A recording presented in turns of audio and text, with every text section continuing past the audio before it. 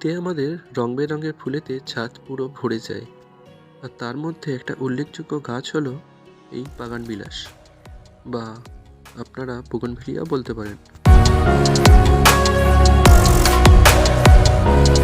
গাছটা আমি দাদার বাড়ি থেকে নিয়ে এসেছিলাম, এর আগেই ভিডিও করেছি।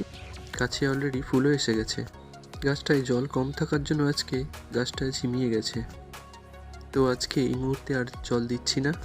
আজকে গাছটা রিপোর্টিং করব, আপনাদের সাথে সব কিছু শেয়ার করব, এর পরিচর্যা। চলুন তাহলে দেখে নেওয়া যাক। সবার প্রথমে যেটা আমাদের লাগবে সেটা হচ্ছে ভালো গুণমানের একটা মাটি, যার জন্য আমি আগে থেকে আমার তৈরি করা মাটিটাই নিয়ে নিয়েছি। তোমরা অন্যান্য ভিডিওতেও দেখেছো যে আমি এই মাটিটাই ব্যবহার করি। কিভাবে এই মাটি বানিয়েছি সেটা যদি জানতে চাও তাহলে কিন্তু আমার চ্যানেলেতে আছে, গিয়ে সেই ভিডিওটা দেখে আসতে পারো। এখানে কিন্তু আমি 50% পাতা পচা সারও এর সাথে মিশিয়ে নিয়েছি। 50% পাতা পচা সার আর 50% আমার তৈরি করা সার মাটি। গাছ রিপোর্টিং করার জন্য আমি এরকম একটা টব নিয়ে নিয়েছি, আর টবের তলায় ড্রেনেজ ঠিকঠাক রাখার জন্য এরকম একটা কলমকুচি। আমি এখানে প্রথমেই টবের নিচে একটা হালকা মাটির লেয়ার দিয়ে নেব, তবে আপনারা চাইলে এখানে বালি বা মোটা কাঁকড়ও ব্যবহার করতে পারেন। এরপর প্রয়োজন অনুযায়ী মাটি দিয়ে টবটা ভরিয়ে নিতে হবে গাছের রুট বলের হাইট হিসাবে। সবসময় টব থেকে মাটিটাকে ভালোভাবে ছাড়ানোর জন্য দিন দুয়েক এটাকে জল না দিয়ে রাখতে হবে, তাতে দেখবেন কিন্তু মাটিটা শুকিয়ে যাবে। আর তারপরেই টবটাকে জাস্ট এরকম উল্টো দিকে করে হালকা ঠুকে নিলেই তাহলে কিন্তু এটা বেরিয়ে আসবে।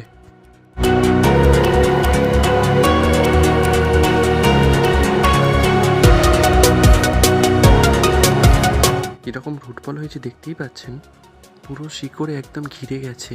এই মুহূর্তে কোনো শিকড় ছাঁটবো না, জাস্ট তলা থেকে যে কলামকুচিটা ছিল বার করে দেব। এখন গাছটাকে টবেতে বসিয়ে দেব। এর আগের রিপোর্টিংয়ের ভিডিওতেও আমি বলেছি যে কোনোদিন গাছের গোড়াটা পুরো মাটি দিয়ে ভরবো না, টবের ধার থেকে কমসে কম 1 থেকে 1.5 ইঞ্চি খালি রেখে মাটি ভরে দেব।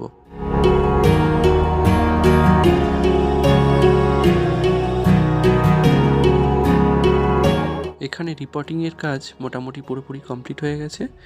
এরপরে যেটা করতে হবে সেটা হচ্ছে পোর্টিং, মানে ডাল ছাঁটাই।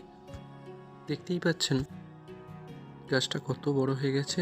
এর ডালগুলো এখনই যদি ছাঁটাই না করি তাহলে কিন্তু শীতে খুব একটা ভালো দেখতে লাগবে না।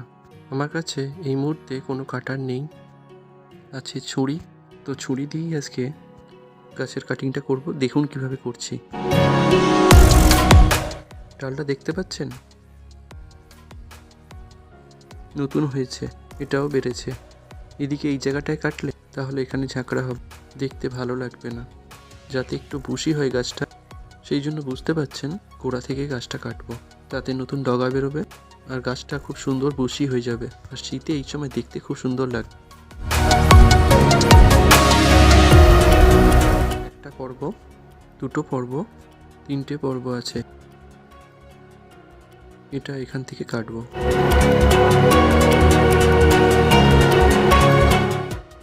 এই ডালটাকে আর কাটলাম না, নতুন ফুল এসেছে তো আর কাটতে ইচ্ছা করছে না, থাক এরকম।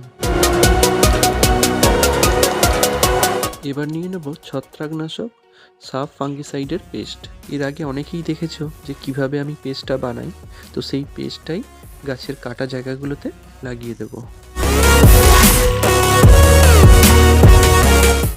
এবার শেষ কাজটা না সারলেই নয়, জল দেবার পালা। কাজ বসানো হয়ে গেছে, এবার দিতে হবে ভরপুর মাত্রায় জল। আমি এখানে নর্মাল জল ব্যবহার করেছি, তোমরা কিন্তু চাইলে ফাঙ্গিসাইড মেশানো জল দিতে পারো, আর সেখানে আমি প্রেফার করব জৈব ফাঙ্গিসাইড ট্রাইকোডার্মা ভিরিডি, বাজারে প্যান্থার টিভি নামে পাওয়া যায়। যাই হোক, ভিডিওটা মোটামুটি আজ এখানেই শেষ করছি।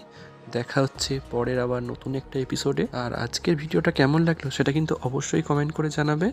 আর চ্যানেলটাকে সাবস্ক্রাইব করতে কিন্তু মোটেও ভুলে যেও না। চলো, আজকের মতন টাটা।